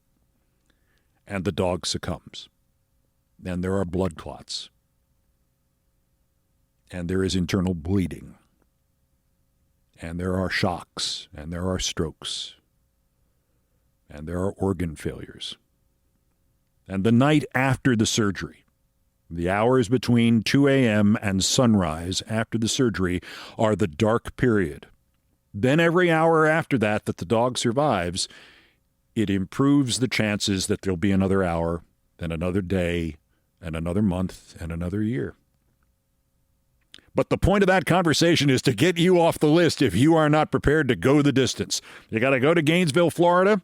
You've got to stay there with your dog for at least 8 days. He's going to be in the ICU, and you're not going to see him for at least 48 hours. When you see him, he's going to be wired up, and he's going to see you for about 5 minutes, and then you'll see him in increasing doses during his stay there. But the reason we keep him there is he is still at mortal risk until we give him back to you, literally 1 week after you checked in.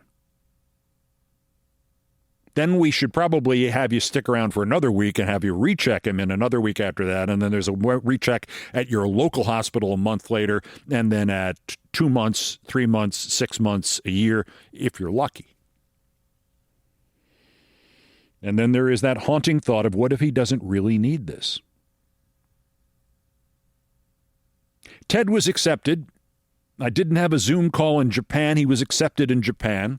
He was to be accepted in London, but something went wrong in the process, and by the time that needed to be resolved, it was an academic question. I was ready to take him to Yokohama to go through a sort of soft... Well, he wouldn't have been in a cage somewhere. He would not have been in an embargo situation somewhere, but he would have had to have repeated tests so that he wouldn't carry rabies into Japan. The Japanese islands are free of rabies, and they intend to keep it that way. But he was accepted at the University of Florida. The question now became, when would he be scheduled? Our conference calls were in August and the beginning of September in 2025. And the next set of dates for this surgery, the mitral valve surgery at the University of Florida, was to be in March of 2026. Or March of 2026, and Ted would be put on the emergency list. If there was a cancellation, perhaps he could be scheduled earlier. And repeated checkups at the Animal Medical Center were recommended, and I should take good care of him and look for the following things and not stress him out too much and keep him on walks, but keep him on short walks and be very responsive to when he wanted to stop and perhaps carry him home and look for this and look for that and look for this. And I was one of the lucky ones who had been accepted. And all this time I'm still thinking, what if he doesn't really need this? And I'm making a choice to put him on that table, and what if he doesn't survive it? I can't think of anything more horrible. And everyone counseled me, oh, no, you're doing something extraordinary for him. You're doing more this way. No. Tell that to yourself at 3 o'clock in the effing morning. Unfortunately, or fortunately perhaps in one respect, that became an increasingly academic question as it was. While we were waiting for something to happen with his scheduling, is it going to be March? Something going to open beforehand? Maybe January, December perhaps? If we were really lucky, something would happen. What kind of operation could I make to get him down there? We had all sorts of transportation issues, if you recall, in the fall and early winter of 2025, with airplane schedules being completely ruined by the Trump administration and flights being canceled and long delays. And what if I couldn't get him there in time? And what would I do? What about a train? What about making him a care dog? I mean, he was good at smelling those mini seizures that I have in connection to the not so harrowing sounding disease I have called restless legs syndrome. It's a real thing. But would he be qualified to get on a train? Can I get a car? How would I get there? I've never been. What's it near? One of the variables ended very quickly. While we were waiting for further word from the University of Florida and Dr. Matsura and Dr. Chu, Ted began to really show symptoms of this disease. And by that I mean his heart rate got out of hand. You could see the hair moving on his chest with every heartbeat. And when he would fall deeply asleep, his breath would get up to 35, 40, 45 a minute. And then he began to gasp for air. And as September became October, I had to rush him to the Animal Medical Center 4 different times. Each time he stayed at least one night. I was with him on a walk when he went into congestive heart failure. I could see it on his face. I could not pinpoint the exact moment, but we were walking along, and he slowed to a stop and looked up at me, and suddenly his eyes were a little cloudy. And Ted has beautiful, perceptive, piercing, I know what you did last summer eyes, as do all Malteses. And I saw it. And I knew it had happened, and it was October, and he needed the surgery, and it was clear to me he not only needed the surgery and all those worries I had about making him go onto a table when maybe he really didn't need this and I was risking his life unnecessarily, they were out the window and replaced entirely by, I need to get him onto that table as quickly as goddamn possible. His grade, and they grade the candidates for this surgery at the University of Florida, drop from A1, you have the disease, but it's not urgent. B2, which was Ted's initial assessment, it's worsening, but still totally manageable, not impacting his life significantly. He could plateau. He could get better. He could wait for a while for the surgery. And then you get into the numbers that indicate that congestive heart failure has begun, and the descent could be within a matter of weeks, certainly within months. And that was the day they turned Ted from a B2 to a C3. He stayed one night for 3 days, and his habits, his willingness to eat, dropped to almost nothing. And it got so bad that at the AMC, one of his 2 cardiologists who worked with him on a regular basis, one was Aaron Achilles, and the other was a great, great doctor, Hunter Enderly, who took unbelievably personal care of Ted in the worst of the hours in September and October and November of 2025. He gave him the cheapest, saltiest, tastiest human chicken in a can. And Ted would eat that, and we said, screw it. We're just trying to get him in one piece onto that operating table whenever that day comes. He ate that stuff. I mean, you could smell the salt on it. But he liked it, and he would eat it, and he would eat nothing else. And when I would go over and visit him while he was hospitalized, he would eat it out of my hand and then just curl up in my lap for an hour or so and just sleep, breathing monstrously heavily all that time. Slow motion suffocation of the first dog I ever rescued, who I promised to do anything for. And I could do nothing for him but wait. On the night of Friday, November 7th, just as November descended, the dark November of our souls, as Melville wrote in Moby Dick, about 6:45, I think it was, my phone rang and the return address was Gainesville, Florida. And I went, no way. And it was Dr. Greta Chu who said, there's been a cancellation. We have an opening. Could you bring Ted here and be here on? And I said, yes, I'll be there. And she said, I didn't tell you what day it was. I said, I don't care what day it is. Is it tomorrow? We'll be there tomorrow. And she said, no, but almost. It's a month from Sunday, December 9th. I said, we'll be there. What time? Well, we check in about 9:45. I'll be there at 8.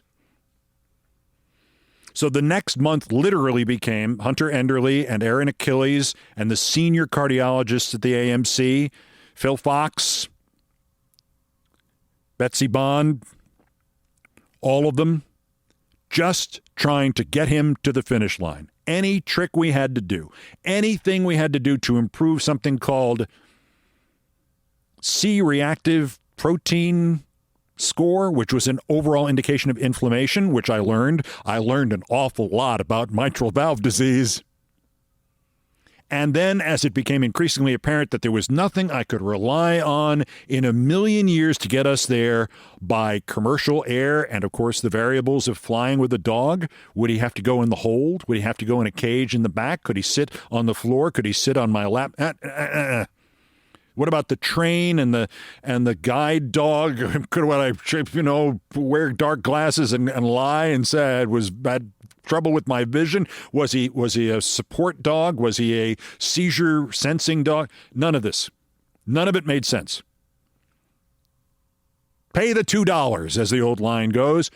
I called up and rented a private jet. I have never been on a private jet in my life. I never anticipated doing it. I think it is wasteful. I think it is ruinous. I don't like it. I don't like small planes. I did it. I did it round trip, and I said, well, okay, I'm going to sell that baseball card and this used baseball, and I'm going to sell that, and I'm not going to buy this, and I'm going to do it. We have to be there. We have to be there that morning. It's his chance. And I don't know if it will work. I may be bringing him to his death, but I know this. Whatever his chances are, and they guesstimated 70%, that's 70% he has, and his chances of seeing the year 2027, if we don't do this, are 0%. So my attitude switched entirely to, I'm going to get this done. Ted, who I often quote as the producer of this show, sits at my feet as he is sitting now in my little studio. It is perhaps the only time he is entirely quiet. It's the best kind of producer. He's there to support and lick his feet. We got there.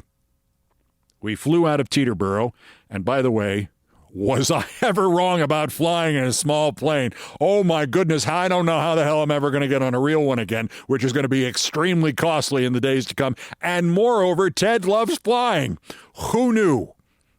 Even on the way down, as sick as he felt, he just enjoyed the hell out of it. And we got to Gainesville on Sunday, December 7th, for a December 8th check-in. And just after we arrived, airborne floods. It rained like hell, and I don't know how we would have gotten in commercially or any other way. The rest of that day, we would have missed the check-in at 9:45. His window, his chance on December 9th might have gone to some other dog. And so on the 9th of December, I got an Uber, and over we went to the University of Florida, which is a magnificent, sprawling, gigantic community that, other than the lack of snow and hills, immediately reminded me of Cornell University, especially the emphasis on agriculture and the intellectual superiority of that environment, even though it's surrounded by horse farms and open piles of manure, just like Ithaca, New York. Rural, educational oasis, rural. A magnificent facility at the University of Florida. The city in Florida, by the way, Gainesville, that is furthest away from any beach and so furthest away from your idea of what Florida cities look like. There's Spanish moss on the trees. It's just Georgia called Florida in many senses. I liked the town immeasurably. The hotel was great.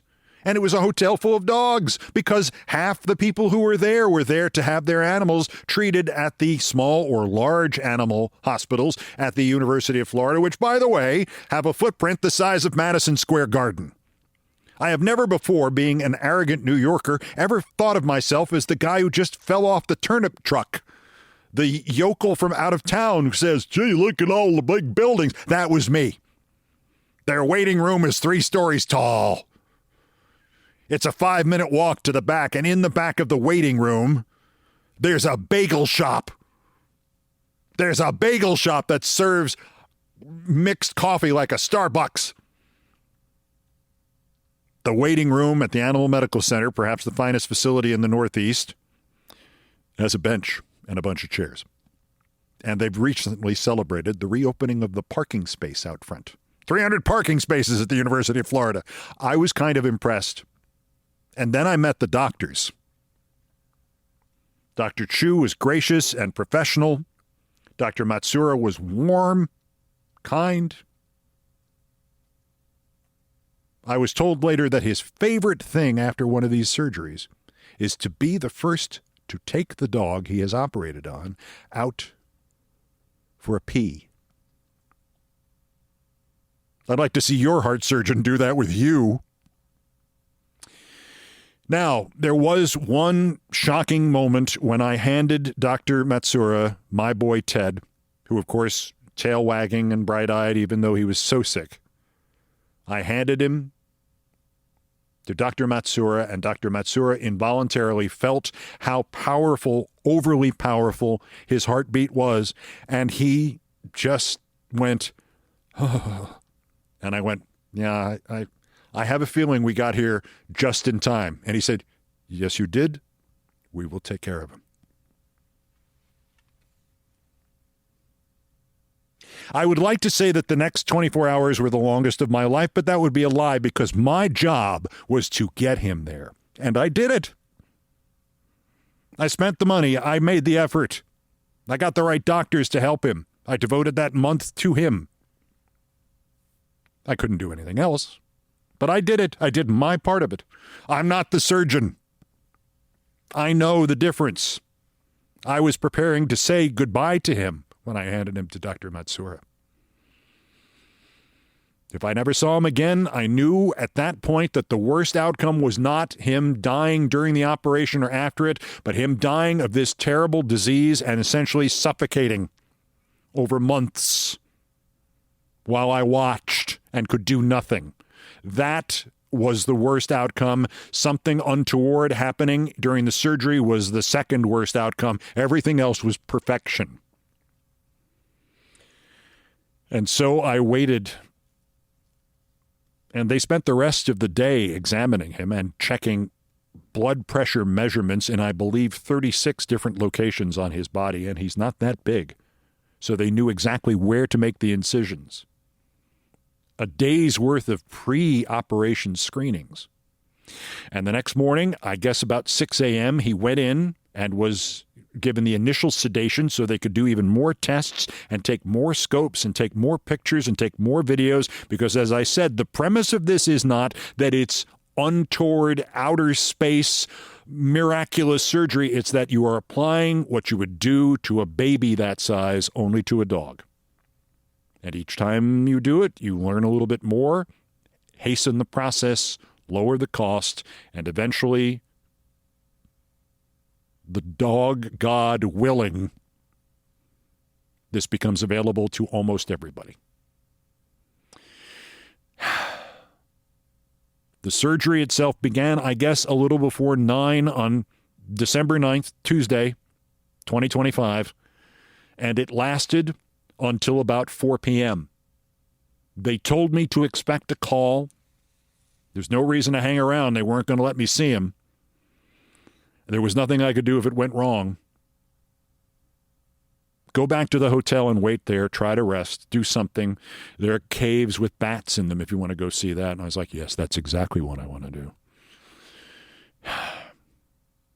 You'll be hearing from us no later than 5:30, 6 o'clock. 6 o'clock, they haven't called. Now I'm beginning to go cold. At 6:20, the phone rings. It's Dr. Chu. Everything went well. There were a few minor glitches, but nothing untoward. He was much sicker than we thought, just like you said, but you got the inflammation down sufficiently. That C-reactive protein crap, that worked out okay. Good job by you and the guys at the AMC. She didn't put it quite that way. Now we wait. We may wait to make sure his heart gets going again on its own, all of his organs. And if you do not hear from us overnight, that's good news.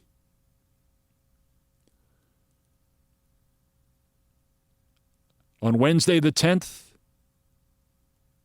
my eyes opened slowly to the light coming in through the window at the Hilton on the campus at the University of Florida. And I looked at my phone, and it was 7:45 in the goddamn morning. And I shouted. And the phone rang. I don't think it was 10 minutes later. It was Dr. Chu. He's doing very well. There was an hour in there where we weren't sure which direction it was going to go, but he fought through it. He had what we call smoke. And I said, what on God's name is smoke? Well, it's kind of a precursor for blood clots. Kind of a haziness that appears in our videos and our scopes, and it was there, and we thus have to increase the blood thinners so that the clots don't form and the stroke doesn't happen and he doesn't die because of that. There's still many risks, but that's the primary one. We're beginning to see it dissipate, so you can come see him this afternoon. Okay. Fell back asleep immediately. Got up in plenty of time for the prearranged hour, went in and saw him, and I walk in, and there he is in his oxygen room, awake, sitting up, not sedated, not zoned out by the drugs, a lot of wires, wearing a sweater. Dr. Matsuura is there, big smile on his face, shakes my hand. He says, I think it went very well. So far it has. There's no more smoke. Dr. Chu smiled. They opened the gates. I petted him. I leaned down and kissed him, which is when he recognized me, from the smell, I assume, and started barking his head off. And I know all of Ted's barks, and that one was, get me the F out of here. At which point I said, I'll see you tomorrow. Let's not agitate him any further. And they put him back in. And the next day I came and saw him, and they brought him into the room with me. They detached him from all of his connections.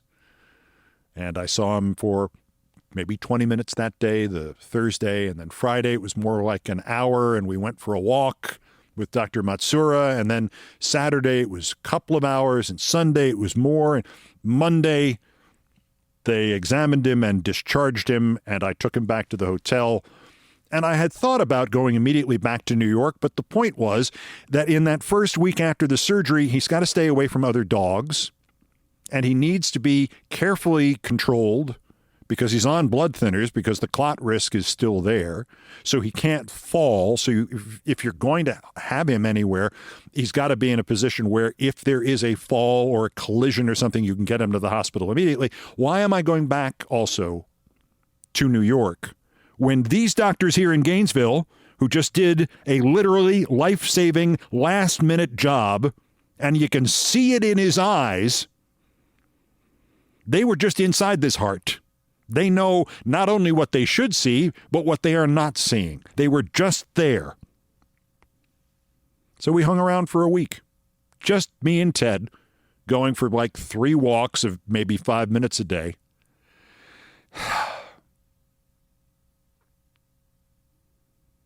And he got better, and better, and better, and better. And Ted, who was on, when we left New York, 7 different medications, and who was on in the week until the recheck before we left Gainesville, Florida, 2 days before Christmas, 2025, Ted was on 7 different medications, 8 different medications, most of which had to be refrigerated, and I had to give it to them 3 times a day. And he wanted to run around because he felt so good because, of course, his heart now worked and it wasn't leaking blood all through him. We come out of the recheck a week later, and he's not on any medications anymore except the blood thinners. 3 months on the blood thinners, that's it. We flew back to New York the next day. Once again, an hour on my lap, Ted looking out the window, clearly getting the concept, barking happily and waving his tail like a scimitar, waving his tail at the clouds. He loved flying, took a nap, woke up, and got up and loved flying the rest of the way. That was Christmas. Every day since then, Ted has gotten a little bit better. The major issue with Ted at this point, Ted causes my wrist to hurt because he pulls on our walks. He pulls on the leash because he has so much energy because his heart is now fine. The first time he was rechecked at the 1 month mark at the Animal Medical Center, Dr. Aaron Achilles, who I mentioned before with Dr. Hunter Enderle, the two local managers of this project, said, well, he's doing fantastically. The results are, this is a different dog. It's just great. But we want to continue the pimobendin just for precaution. And I said, he was taken off the pimobendin after the surgery. And she went, what? Well, then these are not tremendous results. These are unbelievable results. This is perfection. The official opinion of the Animal Medical Center on this procedure, on this surgery, on the Japanese surgery, to use Dr. Trafney's term, is they're now in favor of it, and they now recommend it, and they now tell their clients who are in this situation, and unfortunately there are dozens every month, you should call the University of Florida Small Animal Hospital because this works, and it will save dogs. Ted was the 83rd dog to get this surgery in North America, or South America for that matter, or in fact anywhere except London or Japan. 83rd. If he had been born 10 years earlier than he was, if I had become a dog person 10 years earlier than I did, he would have been out of luck. We would have had to find a different planet to go to. They didn't do this surgery in 2014 anywhere. And now we had this. When I first found out about it, my first response was, what about the other Teds whose humans can't possibly afford this figure? Well, I'm going to pay for somebody who can't do it. And then in discussions at the University of Florida and discussions with friends of mine, it dawned on me that it's not a bad gesture, but the problem is that doesn't increase the number of dogs who get this operation and get their lives saved. It just changes the socioeconomic nature of one of them or two of them. So while I make efforts to, fund another program somewhere so this can be done, maybe here in New York, maybe an expansion of the program since it's already up and running at the University of Florida. They are dark 22 weeks a year while Dr. Matsuura is back in Japan.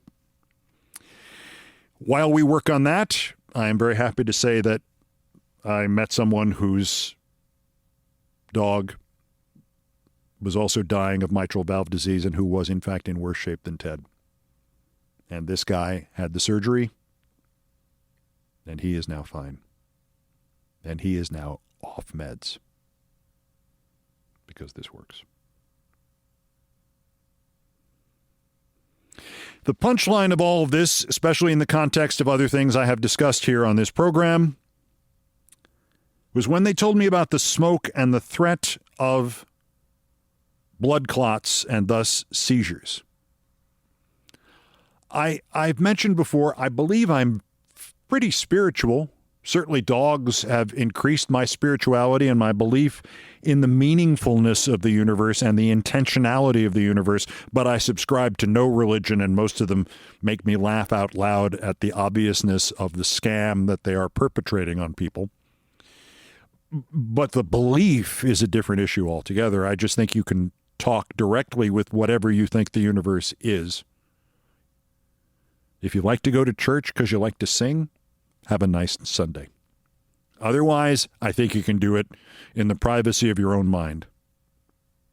And in the privacy of my own mind, when they told me what faced Ted on that night of nightmares in the hours after the surgery, as December 9th became December 10th, I said one thing. Universe? Blood clots? Strokes? Heart disease? Give it to me instead. I think it's nice to know that sometimes somebody, something, some entity in the universe listens to you and says, "It's a deal."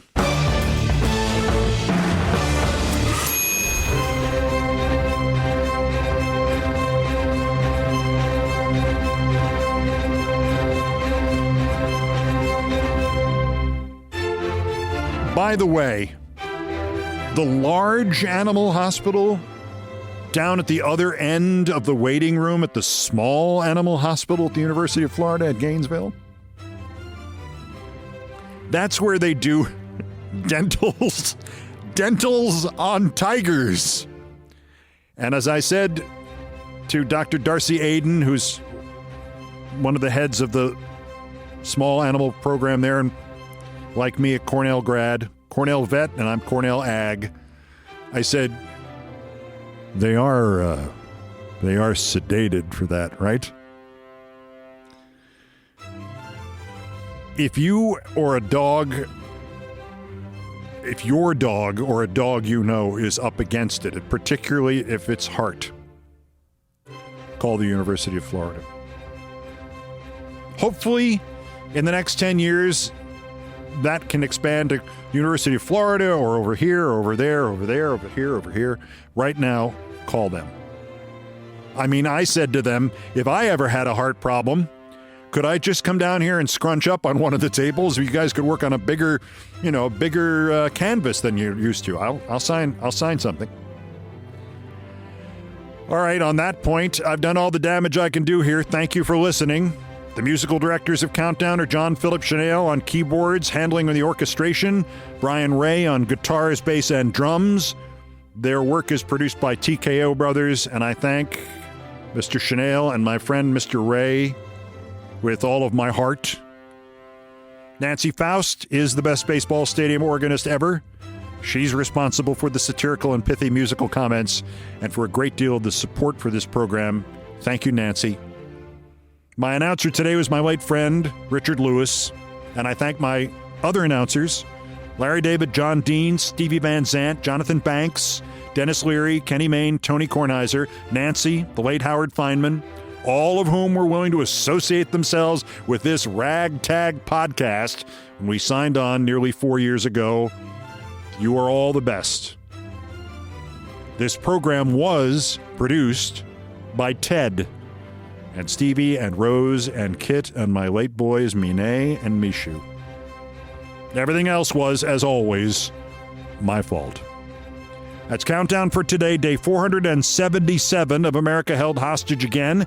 Exactly 986 days until the scheduled end of Trump's lame duck and lame-brained term, unless he's removed sooner by the Epstein files. Remember them? Or Iran, where he's losing because he's an idiot, or by Patel brand bourbon, or, most likely, by the urine-colored walls of his Oval Office and his urine-colored hair. In my absence, this is what I ask of you. Do not say that is Trump gold. Say that is Trump urine. The next scheduled countdown will be, I don't know. I bet you can bet on it somewhere. Until the next one, I'm Keith Olbermann. Good morning, good afternoon, good night, good luck, and think big, be big, my friend. A total and complete disaster. Trump is not that stupid. He's made some deal with the deep state to throw the election to the Democrats. That's the only thing this can be.